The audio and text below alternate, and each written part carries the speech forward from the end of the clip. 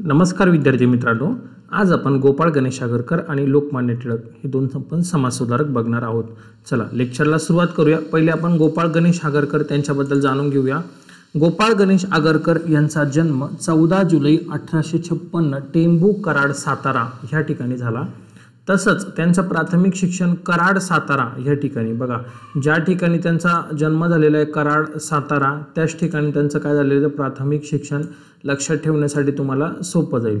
पुढे बघा, new English स्कूलची स्थापना 1880 पुणे टिळक आगरकर चिपळूणकर यांनी केली होती। डेक्कन एज्युकेशन सोसायटीची स्थापना 1884 ला केली, डेक्कन एज्युकेशन सोसायटी। फर्ग्युसन कॉलेजमध्ये इतिहास व तर्कशास्त्र शिकवले त्यांनी। त्यानंतर 1892 मध्ये फर्ग्युसन कॉलेजचे प्राचार्य म्हणून त्यांची निवड केली।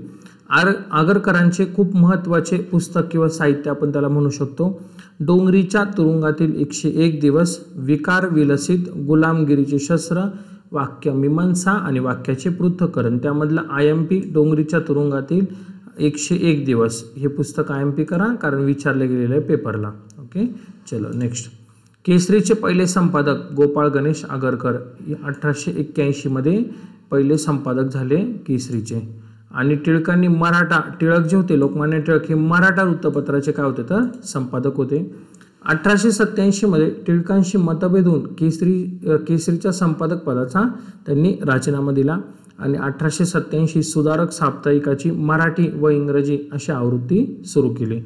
मराठी संपादक गोपाळ गणेश आगरकर आणि इंग्रजीचे संपादक होते गोपाळकृष्ण गोखले। बघा इथं 1887 ला टिळकांशी मतभेद झाला, मग त्यानंतर केसरीच्या संपादक पदाचा त्यांनी राजीनामा दिला आणि 1887 मध्ये सुधारक हे साप्ताहिकाची त्यांनी मराठी आणि इंग्रजी अशा दोन्ही पण आवृत्ती सुरू केली। त्यामध्ये गोपाळ गणेश आगरकर हे मराठीचे संपादक होते आणि इंग्रजीचे संपादक कोण होते तर गोपाळकृष्ण गोखले होते। ओके, त्यानंतर पुढे बघा, त्यांचा प्रसिद्ध आग्रहलेख असायचा, इष्ट असेल ते बोलणार, साध्य असेल ते करणार।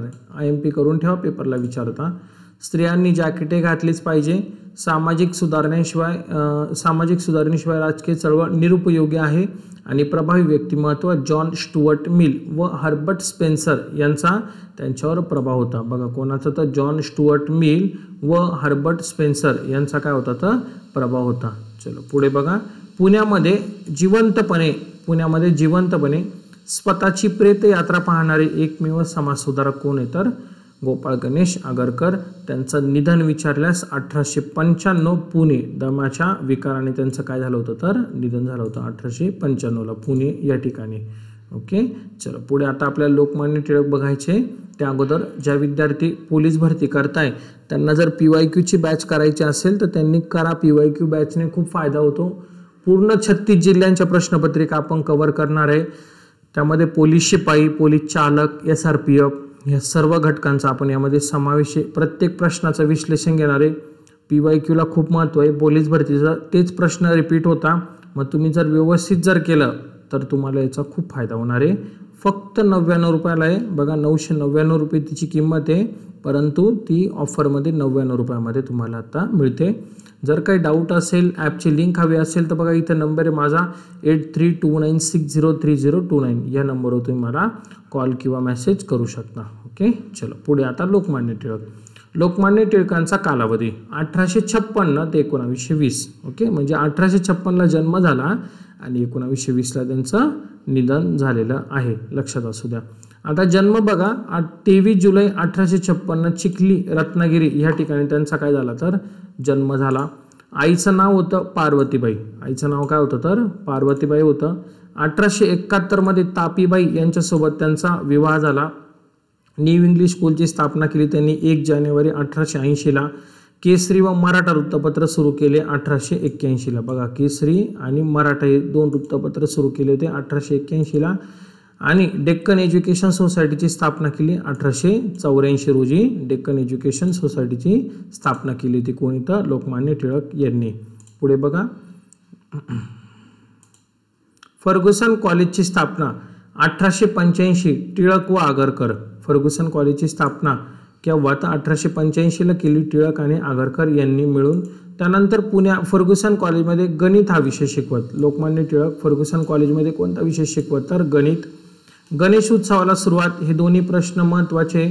शिवजयंतीला सुरुवात आणि गणेश उत्सवाला सुरुवात दोन्ही पण प्रश्न पेपरला विचारले जातात. बघा, गणेश उत्सवाला सुरुवात 1893 पुण्यातील विंचुरकर वाड्यामध्ये त्यांनी सुरुवात केली ती गणेश उत्सव. आणि त्याच्या 2 वर्षांनी बघा शिवजयंतीला सुरुवात आहे. 1895ला शिवजयंतीला सुरुवात. ओके, 93ला विचारलं तर गणेश उत्सव आणि 95 विचारलं तर काय तर शिवजयंती. भारतातला पहिला राजद्रोहाचा खटला 1897 मध्ये टिळकांविरुद्ध झाला आणि टिळकांना त्यामध्ये 1.5 वर्षाची शिक्षा झाली. बघा, पहिला राजद्रोहाचा खटला कोणाविरुद्ध होता? लोकमान्य टिळक. आणि 1908 साली दुसरा राजद्रोहाचा खटला झाला, त्यामध्ये टिळकांना मात्र 6 वर्षाची शिक्षा झाली. ब्रह्मदेशातील मंडालेच्या तुरुंगामध्ये त्यांची रवानगी करण्यात आली. बघा, कुठे तर ब्रह्मदेशातील मंडाले तुरुंगामध्ये. ह्या ठिकाणी त्यांनी हा गीता रहस्य ग्रंथ लिहिला. याला IMP करा, गीता रहस्य विचारलेल्या पेपरला. गीता रहस्य हा ग्रंथ कोणाचा? तर लोकमान्य टिळकांचा. त्यांनी कुठं लिहिला? तर मंडाले तुरुंगामध्ये लिहिला. ओके. आणि होम रूल लीगची स्थापना, बघा होम रूल लीगची स्थापना 1915 मद्रास ह्या ठिकाणी केली. कोणी केली? तर ॲनी बेजंट यांनी केली होती होम रूल लीगची स्थापना 1915 मद्रास, ॲनी बेजंट. त्यानंतर महाराष्ट्रामध्ये होम रूल चळवळ 1916ला सुरू केली. टिळक यांच्याकडून सुरू झाली ही. म्हणजे जर भारतात जर विचारलं तर ॲनी बेजंट सांगा आणि महाराष्ट्रामध्ये जर विचारलं तर लोकमान्य टिळक सांगायचं. स्वराज्य हा माझा जन्मसिद्ध हक्क आहे आणि तुम्ही मिळवणारच, ही प्रतिज्ञा टिळकांनी बेळगाव कर्नाटक ह्या ठिकाणावरनं घेतली. बघा, स्वराज्य हा माझा जन्मसिद्ध हक्क आहे आणि तुम्ही घेणारच किंवा तुम्ही मिळवणारच, अशी जी प्रतिज्ञा होती ही टिळकांनी कोणत्या ठिकाणी केली? तर बेळगाव कर्नाटक ह्या ठिकाणी.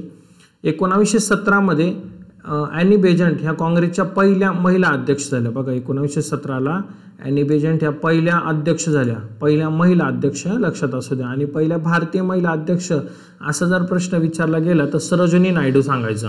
ओके. लखनौ करार झाला 1916 साली. जहाल व मवाळ यांच्यामध्ये एकता झाली.